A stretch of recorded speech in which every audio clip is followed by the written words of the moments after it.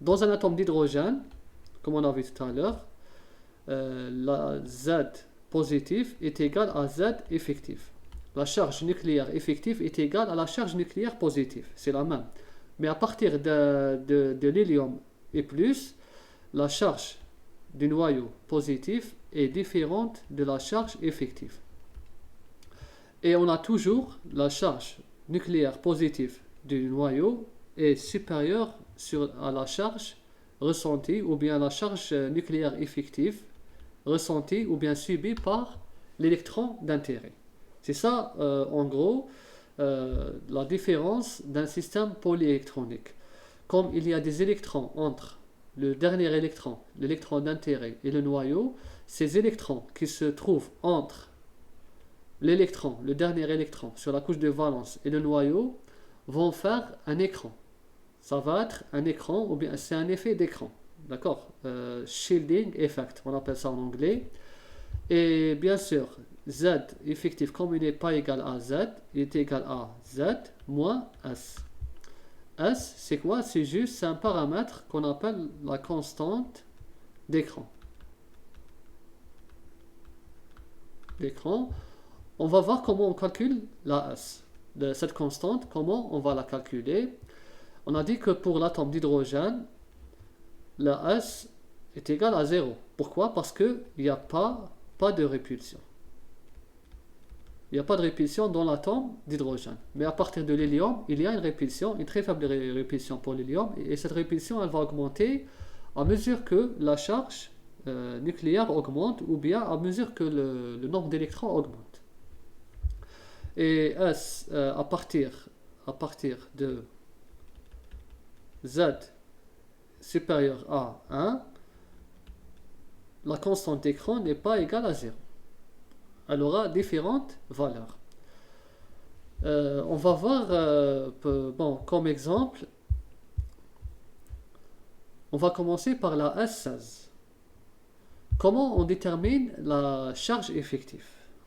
La charge effective, Z, charge nucléaire effective. La première des choses, la première étape, on va écrire la configuration électronique, électronique par groupe. Je commence pour le S16. Le S16, on l'a fait tout à l'heure, il s'écrit comme ça. Par groupe, d'accord, un S2, là c'est un groupe, je mets entre parenthèses. 2S2, 2Pi6, c'est un groupe. Ensuite, 3S2 et 3Pi, c'est 4, normalement, voilà. Là, c'est un groupe. Donc, on a différents groupes. Le premier groupe, le deuxième groupe, le troisième groupe. Et je vais mettre là, regardez, là, ce groupe, il correspond à la couche N. Ce groupe, il correspond à la couche N-1. Et ce groupe, il correspond à la couche N-2. Voilà. Vous allez comprendre pourquoi on va écrire ça. Maintenant, il nous demande de calculer la charge effective de la couche de valence. Dans un groupe, dans le groupe N, dans ce groupe N, tous les électrons de ce groupe, je parle bien de ce groupe, il y en a combien? Faites le calcul. 1, 2, 3, 4, 5, 6. D'accord? Tous les électrons, c'est-à-dire les 6, appartiennent à ce groupe déjà. Tous les électrons 6 appartiennent à ce groupe.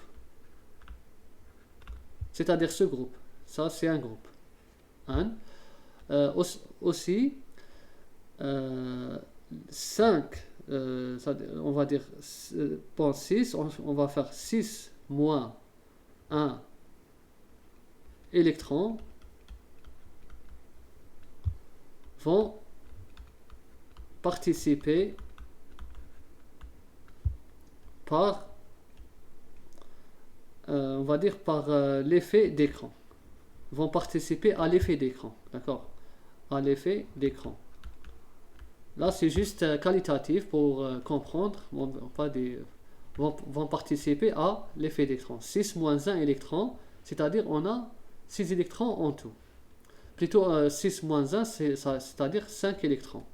Quand on va déterminer la charge nucléaire effective de ce groupe, là c'est la couche externe, d'accord? C'est la couche externe. Un électron de la couche externe, c'est valable. On a 2 dans S et 4 dans P. On prend un électron de P ou bien un électron de S, c'est la même chose, car ils participent au même groupe. Comment je vais faire? Je vais déterminer maintenant, le plus important c'est le S. Comment je détermine la constante d'écran?